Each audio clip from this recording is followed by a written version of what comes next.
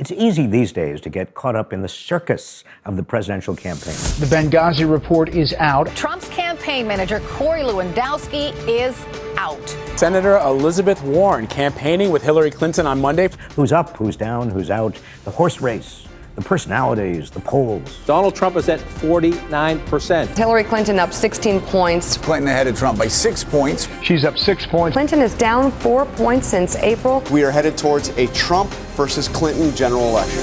Don't be distracted. We have big issues facing us.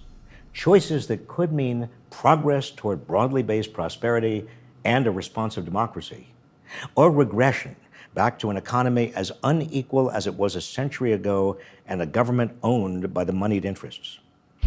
Here are the big 6 choices. Number 1, not backwards to corporate welfare for big agriculture, big energy, the biggest pharmaceutical companies, the largest military contractors, the biggest health insurers, and Wall Street. Instead, forward to get rid of all of this corporate welfare and put the money into public transportation, public health, and a sustainable environment. Number 2, not backward toward balancing the federal budget by cutting spending.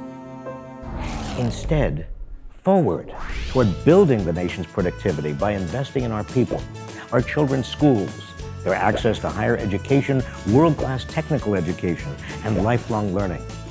Grow the economy this way, and the budget deficit shrinks as a percentage of the total economy.